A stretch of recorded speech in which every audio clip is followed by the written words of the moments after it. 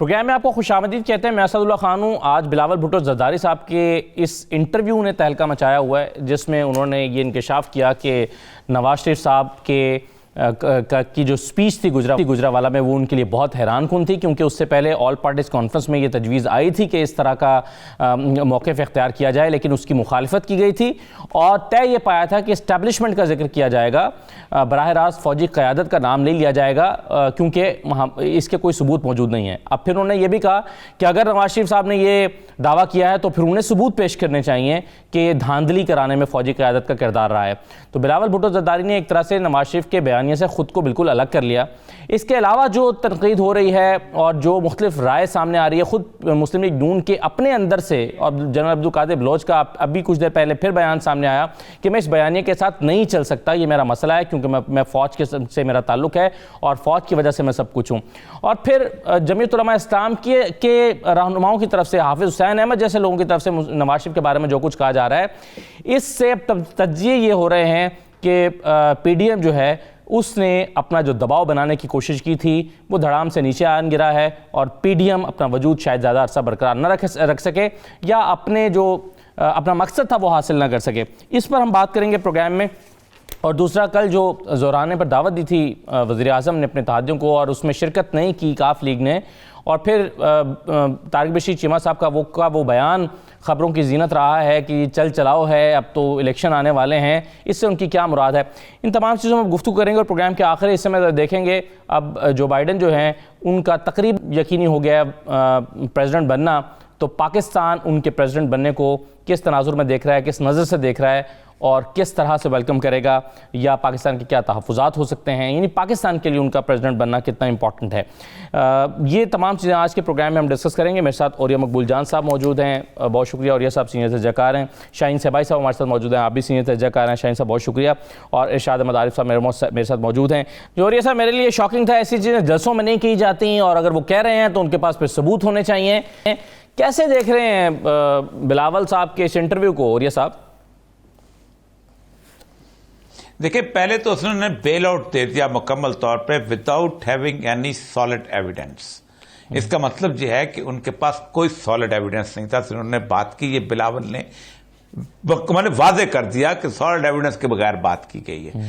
دوسری بات یہ ہے کہ اسٹیبلشمنٹ کا لفظ جو ہے یہ بنیادی طور پہ خالی کھلی لفظ ہوتا ہے، اور یہ لفظ استعمال کیا جاتا ہے ہوا. اسٹیبلشمنٹ کیا ہے اس کو ڈیفائن تو ہم کریں نا، کوئی آپریشنل ڈیفینیشن تو ہوتی ہے. تو یہ تو اسی لیے کیا جاتا ہے کہ تاکہ آپ اپنی ذمہ داری سے عہدہ برا ہو جائیں پیچھے ہٹ جائیں. اصل میں گلگت کے الیکشن جو ہیں ان کے بارے میں ہمیں پتا تھا کہ اس نے ڈٹرمن کر دینا ہے کہ کس کی کتنی سٹیکس ہیں اس وقت سیاست کے اندر. پیپلز پارٹی جو ہے وہ کسی نہ کسی طور پر اس کا ایک اچھا خاصا وہاں پر ایک اثر و رسوخ ہے خاص گروپ کے اندر. کیونکہ ظاہر بات ہے جو گلگت بلتستان کی پالیٹکس ہے وہ بڑی مسلکی اعتبار سے بھی اور خاندانی اعتبار سے بڑی جسے کہتے ہیں نا تقسیم شدہ ہو چکی ہوئی ہے، اور اس کے اوپر بہت سارے انٹرنیشنل تاجکستان کے اور اس کے دوسرے علاقوں کے بھی انفلوئنس موجود ہیں. خود بذات خود وہاں پر پاکستان کی اپنی اسٹیبلشمنٹ کے بہت زیادہ انفلوئنس ہیں. تو اصل میں وہ چاہتے یہی ہیں کہ کسی نہ کسی طور پر، اور کچھ نہیں تو پاکستان کا کوئی ایک اور کونا ایسا تو ضرور ہو کہ جس کونے میں وہ ہوں. اور میرا خیال یہ ہے کہ وہ سمجھتے ہیں کہ اس وقت کسی طور پر بھی اسٹیبلشمنٹ سے پنگا نہیں لیا جا سکتا. دوسرا، سندھ کے اندر کی بھی یہی صورتحال ہے کہ سندھ کے بھی وہ ان کے سٹیکس بہت ہائی ہیں. تو اس لیے یہ بات جو تھی نواز شریف صاحب نے جو کی ہے وہ خود ان کے گلے میں پڑ گئی ہے. اور نواز شریف صاحب نے مطلب میں نے اس پہ بہت لکھا بھی ہے، بغیر سوچے سمجھے کہ کس سرزمین پر بیٹھ کے وہ کر رہے ہیں، کہ جس سرزمین کا ہر دوسرا تیسرا گھر جو ہے اس کے اندر کوئی نہ کوئی آدمی جو ہے وہ براہ راست فوج کے اندر ہوتا ہے. اور دوسری بات تو یہ ہے کہ جہاں کی تو تاریخ اس قسم کی ہے کہ جہاں پر امیر عبداللہ نیازی جو تھا، جس کے بارے میں میں اور آپ بڑی گفتگو کرتے پھرتے ہیں، بڑے یہاں لوگ کہیں، وہ جب واپس آیا تھا تو لاہور ایئرپورٹ سے اس کے قبیلے کے لوگ اس کو ہار پہنا کے جنرل نیازی کو میاں والی لے کے گئے تھے، اور چونچانی کی تھی کسی نے. وہ کہتے ہیں وکٹوریا کراس کے جن لوگوں کو ملا ہوا ہے ان کو آج بھی اسی طرح عزت تکریم کے ساتھ ان کے گھروں کے بعد توپیں بھی لگی ہوئی ہیں اور وہ لوگ بیٹھے ہوئے ہیں. جی. آپ میاں صاحب نے پتہ نہیں کس ہوا کے اندر بیٹھ کے بات کی تھی, بلکہ فوج تو یہ کہتی ہے کہ باجوہ کا نام لینے کے بعد انہوں نے دوبارہ فوج کو یونائٹ کر دیا. ہمارے ایک دوست ہیں حسن عسکری رضوی صاحب نے بڑی اچھی بات کی, اس نے ایک محفل میں بیٹھے ہوئے تھے, انہوں نے کہا کہ فوج کے اندر ڈیفیکشن کی کاسٹ اتنی ہائی ہے کہ کوئی شخص ڈیفیکٹ کر ہی نہیں پاتا. اس کی بنیادی وجہ یہ ہے کہ اگر آپ ڈیفیکٹ کریں گے تو کل آپ کا جو حشر ہوگا, اگر ڈیفیکٹ کر کے اوپر بھی آ جائے تو پھر نیچے سے حشر ہوگا, اس کا تصور ہی کوئی نہیں کر سکتا. تو انہوں نے تو بہت ایسا کھیل کھیلا تھا جو پاکستان کی سولیڈیرٹی کے ساتھ بھی, ان کی اپنی سیاست کے ساتھ بھی, ان کی اپنی اولاد کے ساتھ بھی, باقی ساری چیزوں کے ساتھ بڑا عجیب و غریب تھا. اور یہ کسی سیاستدان سے قطعاً توقع نہیں کی جا سکتی جس کے اندر ہوش و حواس موجود نہیں. مگر شاہین سے بھائی صاحب, کیا نواز شریف نے کیلکولیٹ نہیں کیا اس کے کیا آفٹر ایفیکٹس ہوں گے؟ ان کو نہیں پتا تھا کہ بلاول ان کے ساتھ کھڑے نہیں ہوں گے, انہیں نہیں معلوم تھا کہ خود کیا پارٹی کے اندر سے آوازیں آئیں گی؟ کیا وہ نہیں جانتے تھے کہ جمعیت علماء اسلام کے لیے بھی آسان نہیں رہے گا ان کے ساتھ کھڑا ہونا اور ان کے وہاں سے بھی آوازیں اٹھنا شروع ہو جائیں گی؟ آپ کے خیال میں انہوں نے کیلکولیٹ نہیں کیا تھا یہ, یا رسک کیلکولیشن کے بعد انہوں نے یہ فیصلہ کیا کہ وہ یہ کریں؟ میرا خیال ہے ان کی طرف سے ایک بہت ہی اوور کانفیڈنس کی بات اور مس کیلکولیشن, جیسا آپ بالکل صحیح کہہ رہے ہیں, مس کیلکولیشن ہوئی ہے, کیونکہ وہ یہ سمجھ رہے ہیں کہ جتنا زیادہ پریشر ڈالوں گا اتنا جلدی ان کا شاید کام آسان ہو جائے, لیکن وہ ایک بہت ہی مس فائر کر گئے. اور وہ شروع میں ہی انہوں نے پہلے ہی جلسے میں مس فائر کر دیا, جو کہ اگر پی ڈی ایم کا کوئی مستقبل تھا تو وہ پہلے دن ہی وہ تقریباً انہوں نے اس کو شوٹ ڈاؤن کر دیا. تو اب اوریا صاحب بھی جیسے کہہ رہے ہیں, سب لوگ کہہ رہے ہیں, آہستہ آہستہ ہر ایک پیچھے پیچھے ہٹتا جا رہا ہے. اور جلسے جلوس تو ہوتے رہتے ہیں, ابھی تک ہم نے یہی دیکھا, 3 جلسے انہوں نے کیے ہیں, ہر ایک نے اپنے اپنے ایریا میں جلسہ کیا ہے, کوئی اتنے بڑے طوفان یا کوئی انقلاب نہیں آ گئے, اور اب آہستہ آہستہ ٹوٹ پھوٹ شروع ہو گئی ہے. تو یہ پی ڈی ایم کا تو مستقبل تھا ہی ہے, اور میرا خیال ہے اسی طرف یہ جا رہے ہیں آہستہ آہستہ. اور آپ نے گلگت بلتستان کا بھی ذکر کیا, وہاں پہ بھی آپ نے دیکھا کہ ہر پارٹی اپنے اپنے الگ الگ جلسے کر رہی ہے اور کہہ رہی ہے کہ جی اگر ہم نہیں جیتے تو دھاندلی ہوگی. تو پھر ایک دوسرے پہ ہی یہ لوگ مل کے دھاندلی کا الزام لگا رہے ہیں اور لگائیں گے, اب یہی ہوگا آخر میں. ٹھیک ہے.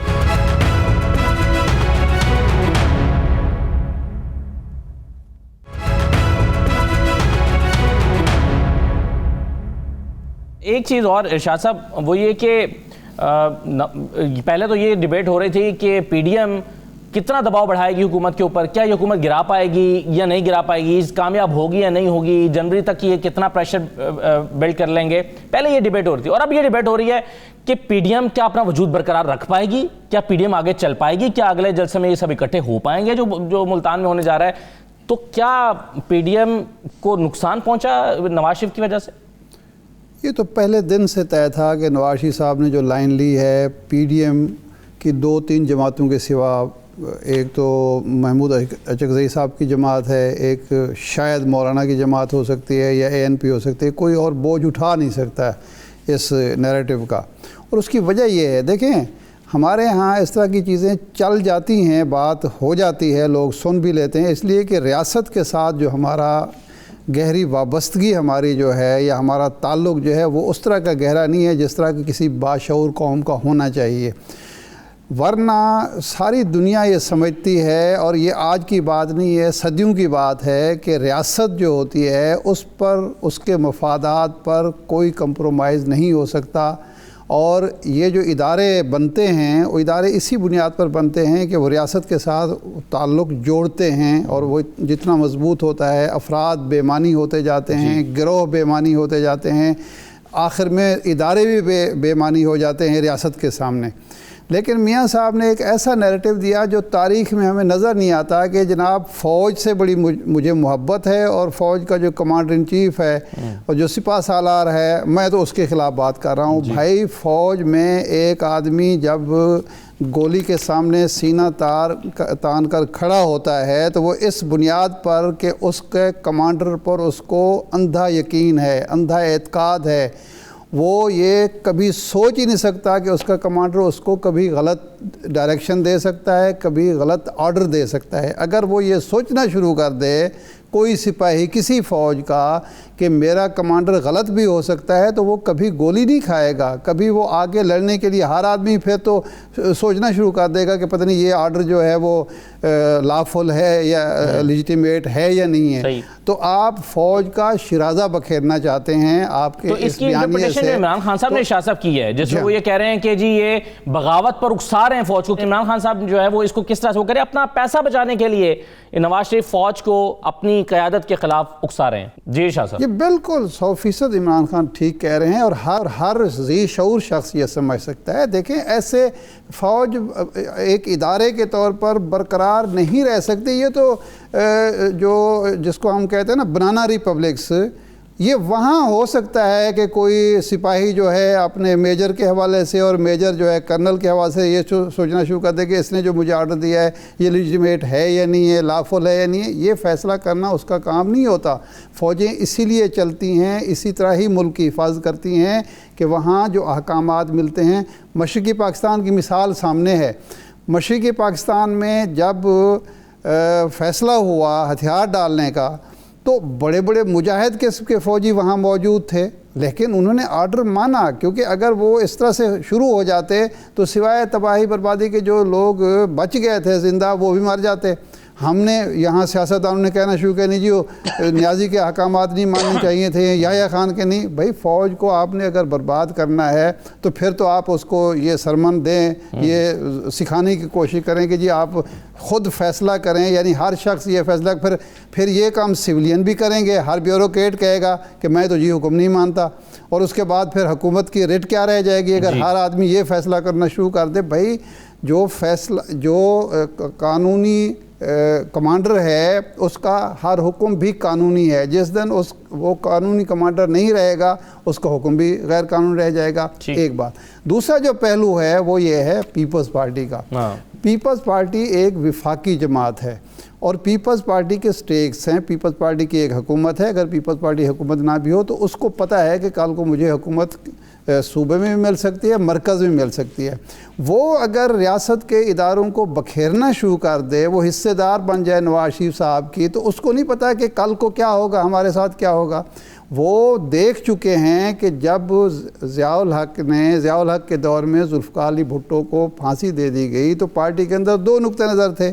ایک یہ تھے کہ جی ہمیں غیر قانونی جدوجہد کا راستہ اختیار کرنا چاہیے، ہتھیار اٹھانے چاہیے، اور دوسرا یہ تھا کہ نہیں جی ہمیں جو بھی حالات ہیں اس کے اندر رہنا چاہیے. بے نظیر نے وہ راستہ اختیار کیا، وہ 2 دفعہ وزیر اعظم بنی. دوسرے ذوالفقار بنائی، انہوں نے دوسرا راستہ اختیار کیا ریاست سے تصادم مول لینے کا. اس کا جو اشارہ وہ سب کے سامنے ہے. تو پیپلز پارٹی اور جو بلاول بھٹو جو ہے وہ بہرحال وہی نقطہ نظر اختیار کریں گے جو آئینی ہوگا، جو قانونی ہوگا. وہ اس طرف نہیں جائیں گے. منظور صاحب میرے ساتھ موجود ہے پاکستان پیپلز پارٹی کے رہنما. چوہدری صاحب بہت شکریہ. بلاول صاحب کے انٹرویو کے بعد اب بہت سارے لوگ یہ توقع کر رہے ہیں کہ یا اس خدشے کا اظہار کر رہے ہیں کہ پی ڈی ایم ٹوٹ پھوٹ کا شکار ہو رہی ہے اور کوئی ایسا جلسہ اب نہیں ہو سکتا کہ جس میں بلاول صاحب اور نواز شریف بیک وقت ایک ہی جلسے میں دونوں تقریر کریں. کیسے دیکھ رہے ہیں آپ ملتان اور لاہور میں ہونے والے آئندہ کے جو پی ڈی ایم کے جلسے ہیں ان کو؟ میں گزارش کروں کہ یہ پہلے کہتے تھے کہ یہ اکٹھے نہیں ہو سکتے، پھر اکٹھے ہو گئے، پھر انہوں نے کہا جی کہ یہ اے پی سی نہیں کریں گے، وہ اے پی سی ہوگی، پھر انہوں نے کہا جی کہ اس کے اندر سے کوئی اتحاد نہیں نکلے گا، پھر وہ اتحاد نکل آیا، پھر انہوں نے کہا یہ ٹوٹ جائے گا، وہ نہیں ٹوٹا. تو یہ انہوں نے جو بات کی ہے اس کو پورے کنٹیکسٹ میں نے پورا انٹرویو پڑھا ہے. اب صرف المیہ یہ ہے کہ یہاں پہ صرف اس کی سرخیاں دیکھی جا رہی. انہوں نے کہا ہے کہ یہ کا حق ہے جو مرضی وہ رائے رکھیں، یہ ان کا حق ہے اور میرا بھی حق ہے کہ میں اپنی رائے رکھوں. ہم ان 26 پوائنٹ پہ متفق ہیں جن پہ ہمارا اتفاق ہوا ہے. اس پہ کیا، لیکن انہوں نے یہ بھی تو کہا ہے نا کہ یہ چیزیں طے نہیں ہوئی تھی جو نواز شریف صاحب نے وہاں پر کیے ہیں. تو اس کا مطلب اتحاد جو ہے، پھر اتحاد کا کیا مقصد رہ جاتا ہے؟ آل پارٹیز کانفرنس کا کیا مقصد رہ گیا کہ وہاں پر جو چیزیں طے ہوئی وہ امپلیمنٹ ہی نہیں ہو رہی؟ بات سن لینا، وہ بھی میں بتا دوں. انہوں نے کہا جی کہ یہ اس وقت صورتحال یہ ہے کہ ہم نے کہا کہ یہ آپ صرف ایک کی طرف نہ لے کر جائیں، اسٹیبلشمنٹ کو بری طور پر لے کر جائیں. اسٹیبلشمنٹ مثلا انہوں نے اس کی مثال دی اسی انٹرویو کے اندر کہ جو کچھ ثاقب نثار صاحب نے کیا وہ اس کو ہم پھر کیسے کدھر لے کر جائیں. تو جب ایک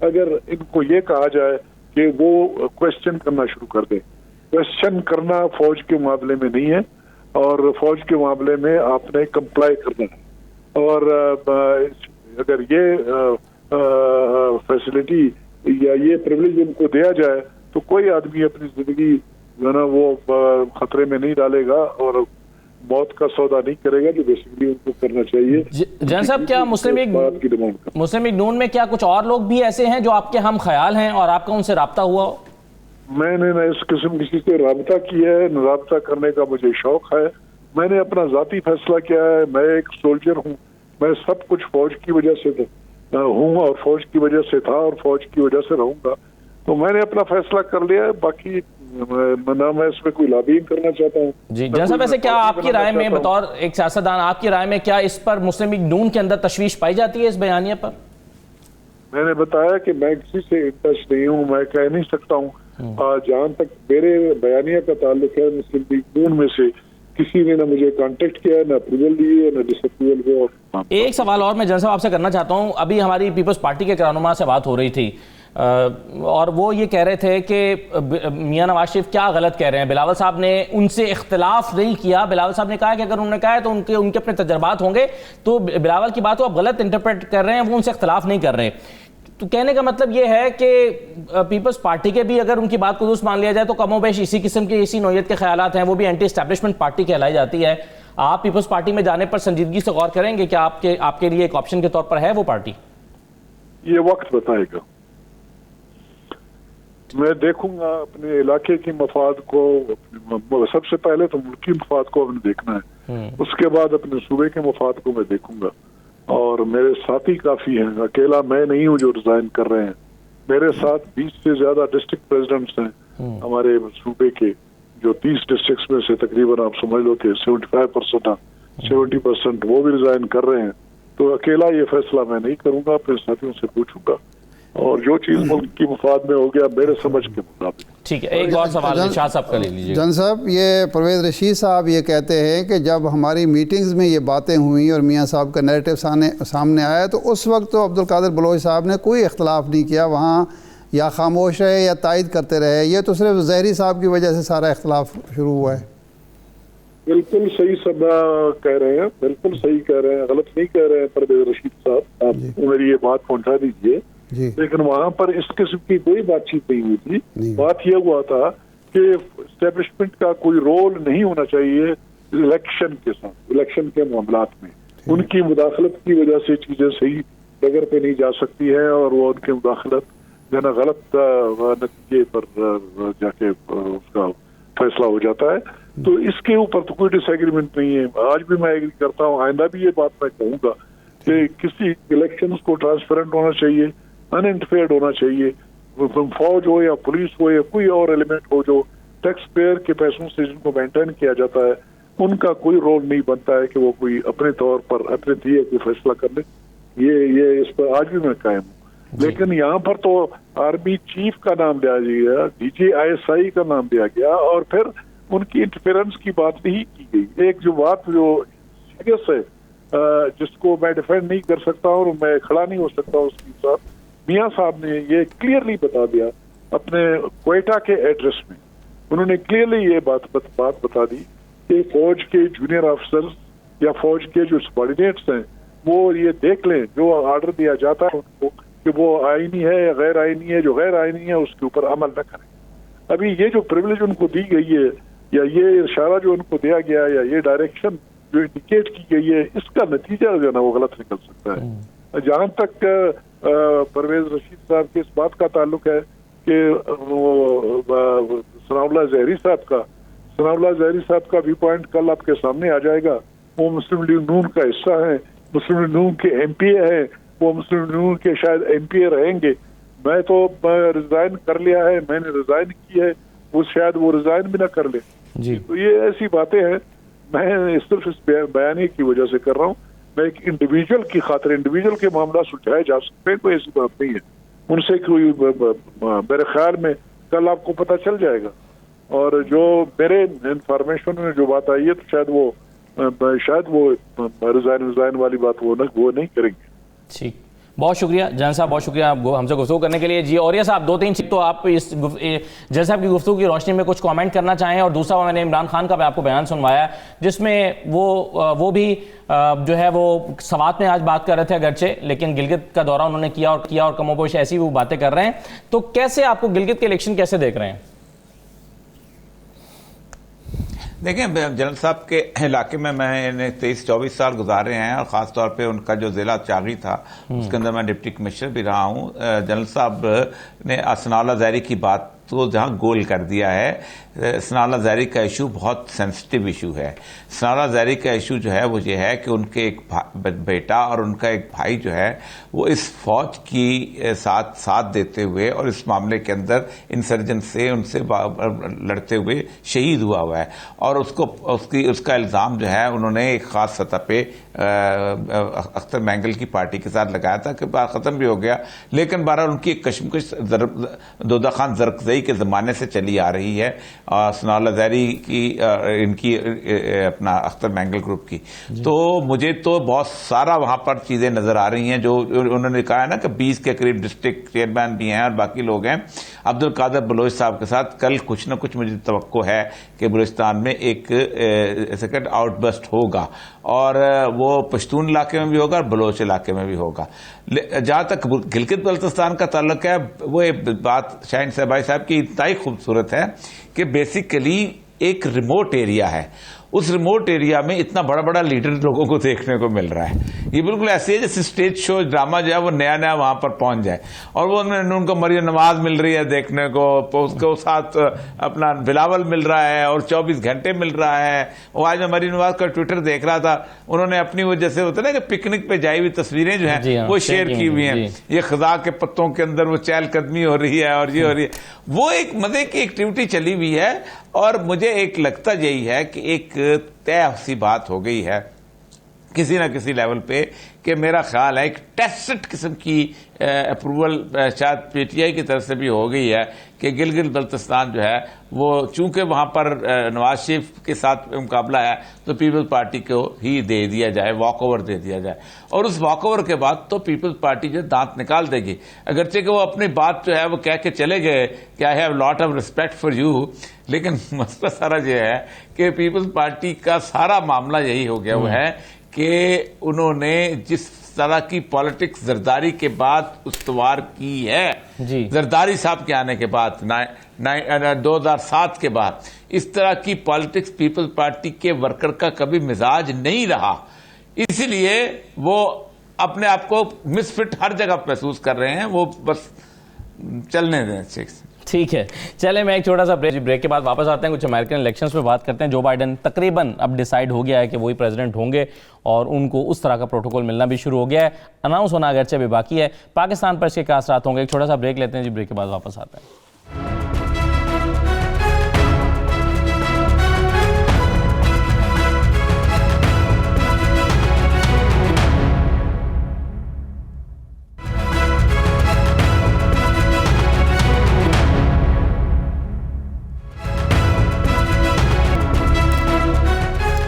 دوبارہ آپ کو خوش آمدید کہتے ہیں. شاہین صاحب اب امریکہ کے انتخابات میں تقریباً ڈیسائیڈ ہو گیا ہے یا ہوا چاہتا ہے کہ جو بائیڈن پریزیڈنٹ ہوں گے امریکہ کے.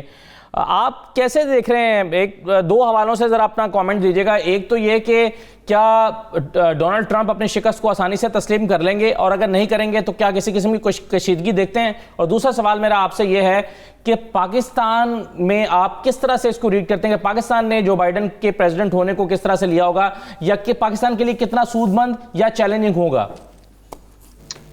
بہت شکریہ جناب. دیکھیے، ابھی تک کی جو لیٹسٹ صورتحال ہے، ابھی بریک میں دیکھ رہا تھا کہ 2 اسٹیٹ جہاں پہ کہ کل رات تک پریزیڈنٹ ٹرمپ لیڈ کر رہے تھے، اب وہ جو بائیڈن لیڈ کر رہے ہیں، یعنی بڑی اسٹیٹ پینسلوینیا اور جارجیا. جی. اور ان 2 میں اگر وہ لیڈ کر رہے ہیں، اور باقی 2 اسٹیٹس میں تو آلریڈی وہ اناؤنس نہیں ہوا لیکن تقریباً جیت چکے ہیں، تو یہ ایک بات کنفرم ہو چکی ہے کہ اب وہی پریزیڈنٹ ہوں گے. لیکن جو آپ کا سوال ہے کہ ٹرمپ صاحب کا، انہوں نے جو کل آپ نے سنا ہو پریس کانفرنس میں ایک تقریر کی تھی یا بیان پڑھا تھا، وہ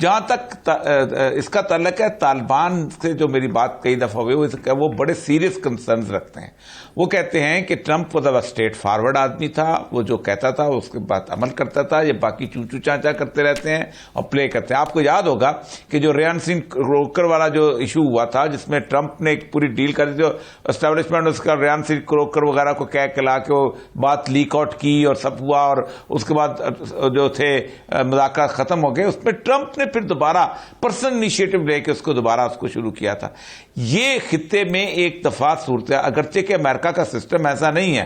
جو بائیڈن جیسا آدمی جو ہے جس ایج کے اندر ہے, جس طرح جس کے بارے میں سیریس قسم کی ہیلتھ کے سوالات, اس کی میموری کے بارے میں سوالات, پتہ نہیں کیا کیا کچھ اس کے چلے آ رہے ہیں, وہ پورا ان کا ایک سسٹم ہے جو 2012 میں ہیلری کلنٹن نے مضمون لکھا تھا فارن پالیسی میں, where we are going to spend our next 10 years, اور دیٹ از چائنا. تو وہ اس کے بعد ان کی کنٹینمنٹ چائنا کے اوپر اس وقت انڈو پیسفک جو بلٹ اپ ہو گیا ہوا ہے, وہاں جو انہوں نے فورسز بلڈ کر دیا, یہ بیسیکلی ایک اسمال فرائی ہوتے ہیں. لیکن مجھے خطرہ صرف شاہین صاحب صاحب وہاں رہتے ہیں, وہ زیادہ بہتر بتا سکتے ہیں کہ وہاں پر آگے جو پولرائز سوسائٹی ہوگی اس میں امریکہ کیا کرے گا. یہ حالت یہ چیز ڈیپ اسٹیٹ کا کردار میرا خیال ہے بڑھ جائے گا. جو بائیڈن کے بعد ڈیپ اسٹیٹ کا کردار جو محدود کیا تھا ٹرمپ نے, وہ بڑھ جائے گا. ٹھیک, بہت شکریہ شاہ صاحب اور شاہین صاحب پروگرام میں شرکت کرنے کے لیے. اجازت دیجیے, اللہ حافظ.